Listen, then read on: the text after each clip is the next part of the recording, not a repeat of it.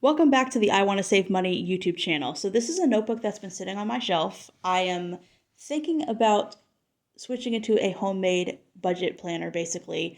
I'm currently using the Erin Condren budget book, which I do enjoy using. I absolutely adore the product, but I do think it's time for me to switch back to paycheck budgeting. And there were a few things about the Erin Condren layout that don't quite work for me. So this is sort of a rough draft of me turning a notebook into potentially what I'm looking for. There is probably something on the market somewhere that would meet my needs, but frankly, I don't want to spend any money. I want to save it. Old me probably would have gotten another notebook and two more budget planners and been like, oh, I'll figure out something that works for me. No, I know what kind of system I want, so I'm going to set it up for myself. So this is my 2025 goals page. I probably won't use it because I'm probably not going to start actually using this until June or July, which I am over a month away from right now. So I just listed goal number 1, goal number 2, goal number 3, and I have a little space there to write down what the goal is and also just a couple thoughts on how I might accomplish that or what kind of deadline I'm giving myself. The next thing I'm going to do is go in and set up a bill payment checklist. This is not something that I have used in any prior budget planner or notebook, budget book, but it's something that I think has been missing. I think I definitely, at the start of the year or whenever I start using that product, I need to make sure that I am properly setting this up because I will forget about those things that are due every couple of months or every 6 months or annually or anything like that. And it comes up and then it's suddenly like, oh crap, I didn't even think about this. So that definitely sets me up for failure. So this is about trying to come up with a system that makes a lot more sense than what I've been doing. So for rent, I have already paid for January, February, March, and April. So I'm going to go ahead and check those off. However, my phone bill is not due every single month. So I have paid for January and I have paid for April, so I'm going to check those things off. And I'm also going to put a little underline mark. And you can do that across the whole page. So if there's an underline, you know that you need to be putting a check mark and paying that off. So that's kind of the strategy I'm going to use to make sure that I'm not forgetting about those bills that I don't have every single month. Now this checklist is going to just be for my basic bills. So I really just put in a few more things: the power bill, the Nissan car note, the Nissan insurance, the pet insurance, and the Furbo, which is an annual payment. It's a subscription for the pet cam that I have, which is fantastic, by the way. Highly recommend, but I will maybe do a video about that another time. There are a few more consistent bills I have that I could have put in here, like my credit cards. But even aside from that, there are certainly things you could put in this category, this checklist, that are not necessarily categorized as bills. So, your grocery expense for this month, your fuel expense for this month. If you want to have a place to go in and check it off once you've hit your budget, that would be a great way to break things down as well. I'm going to leave some space in the bottom of both these pages for some financial health notes. The only change I would make to this layout is I could have put a few more things on the bill payment checklist, and maybe made the financial health notes more of a full page and a half, full 2 pages, because I really think it should be a good overall look about how I feel and think about my current financial state. If I do end up using this, that would be something that I would go in and change. So next we're going to do a total debt snapshot. So I'm literally just going to list debt number 1, debt number 2, debt number 3. It's going to be the amount. It's going to be whether or not I'm actively making payments on it, whether I need to contact them. Am I paying interest on this while I'm behind on payments? Is it in collections? Have I received an offer to, pay less than the total amount due? Debt payoff used to be pretty much at the forefront of my budgeting. Right now, I think it's a lot better if I focus on savings first and just making sure I'm setting myself up for success and protecting myself from falling into financial ruin at the next emergency. I really need a solid emergency fund before I think about debt. But I want that snapshot available for me so that when I am ready, I can go to it and all the information is there for me. And then on the right-hand side is going to be a debt payoff plan.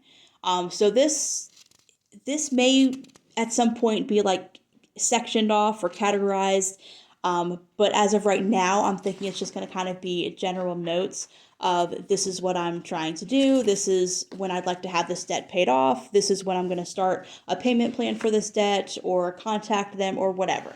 Any notes about how this is going to actually be accomplished will go under the debt payoff plan. So next I'm going to do a monthly spread. This is for June.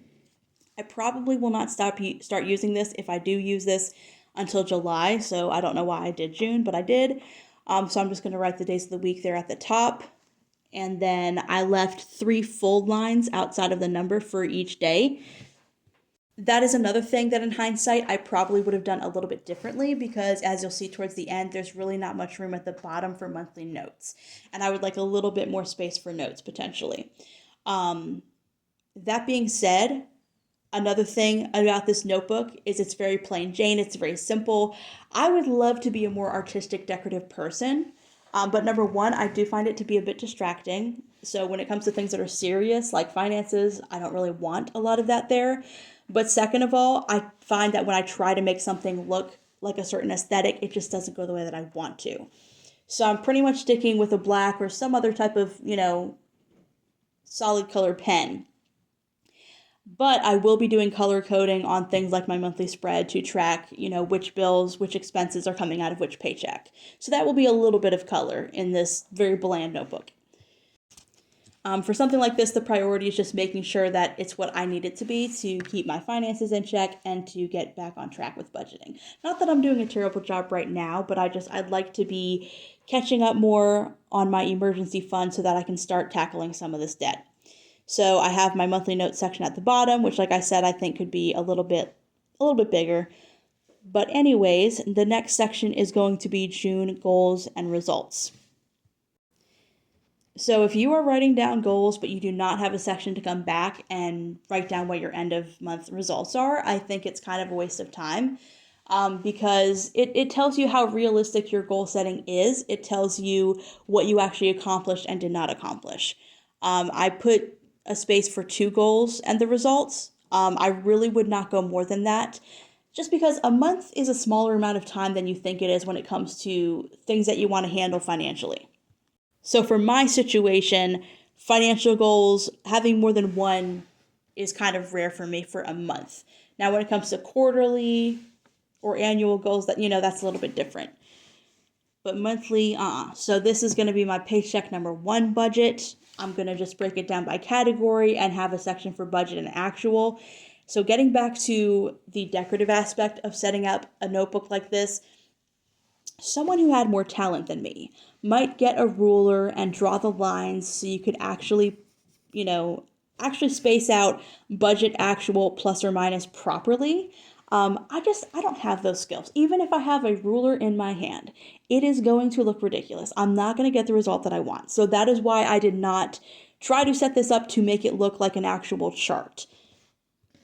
It just wouldn't have been what I wanted it to be. And, if you're setting up a notebook that you want to use to handle your finances, it needs to be something that's going to be functional. It needs to be something that you're going to be utilizing. Another thing I will note here is I did not really put things in the order I wanted them to be in.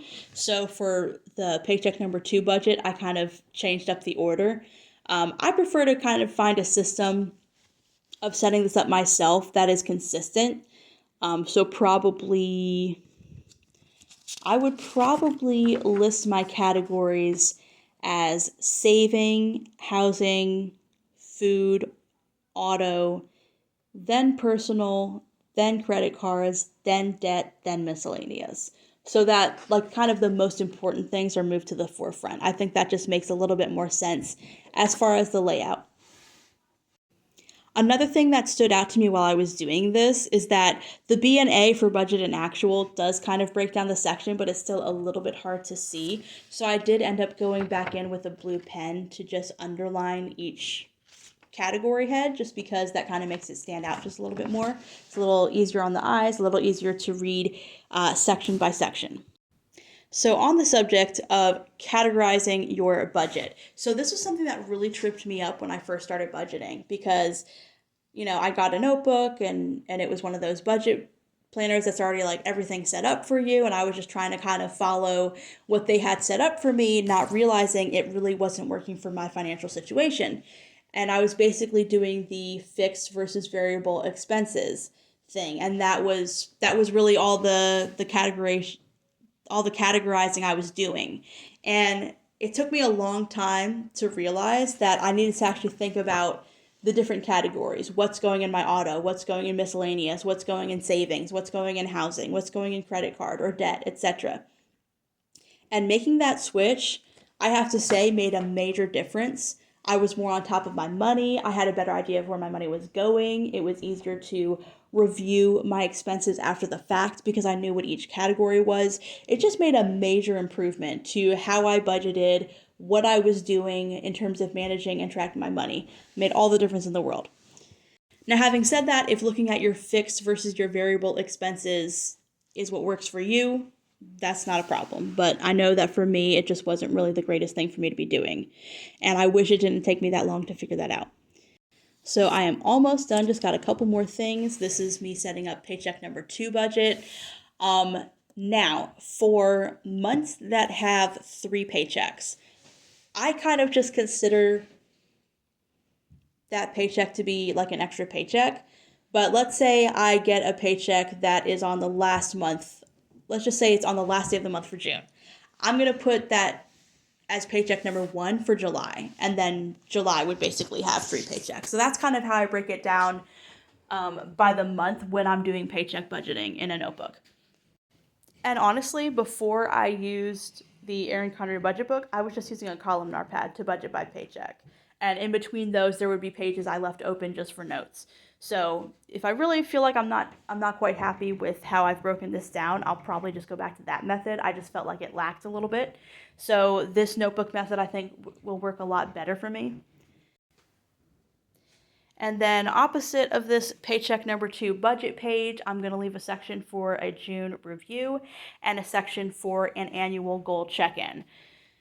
So annual goal check-in is another thing that I typically have not been doing. And that's a problem because you get all excited, you set up these big goals for yourself, whether it's finance or not, and then you just don't follow through. You don't keep track. So I really need to have a monthly check-in for my annual goals, or they're not going to happen.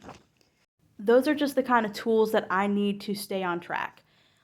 So for June review, I'm going to write June review at the top, and then I'm just going to leave a space for I'm just going to list the questions that I would want to answer in this space. By the way, a little off topic, I absolutely love Le Pen, but my hands can be kind of sensitive, and if I'm going to write for a while, I just can't use them because it doesn't have any type of comfort grip. But Le Pen is probably my favorite of that type of pen. I love them. They're great. And I also like the packaging that they come in. Anyway, so for June review, I'm going to basically use this area to answer a couple of questions about what I did or did not do in June. So for example, was I in budget for both paychecks? That's probably the most important question if I'm looking at something by the month. Was I in budget? And if I wasn't, what happens? Next thing, was there anything additional to savings? For a while there, I was putting anything extra into my savings. For now, I'm using anything additional as kind of a buffer in my checking account. Once things are kind of caught up a little bit more, I will be putting anything additional into my savings and noting that in my review for the month. Or last question, were there any unexpected expenses this month? Obviously, there's only so much you can do to handle things like that. I mean, unexpected expenses are exactly what they sound like. They are unexpected. I feel like I tend to get hit with them every couple of months. So I got hit pretty hard in March and April. So I'm kind of hoping that means May and June will be a little bit nicer to me. We'll see. And then this right here is probably the most important part because, like I said, if you're not checking in with your annual goals, then you're not taking those steps. So the questions I want to think about in that check-in are, how close am I to goal number 1? Did I do anything in June towards this goal? And did I miss a critical step in June? And if I do not have good answers to those questions, that kind of makes me think ahead to the next month. Okay, what can I change for July? What could I have done differently? I wasn't focused on that annual goal. I didn't do anything towards it this month. How far, I need to analyze how far behind that's put me, or if I'm kind of okay. Because some annual goals are not going to need you to take action towards them every single month. So this part is kind of a case-by-case basis. But actually getting this information and thinking about it and writing it down, that is what works for me to make sure that I'm on track and fix it if I'm not.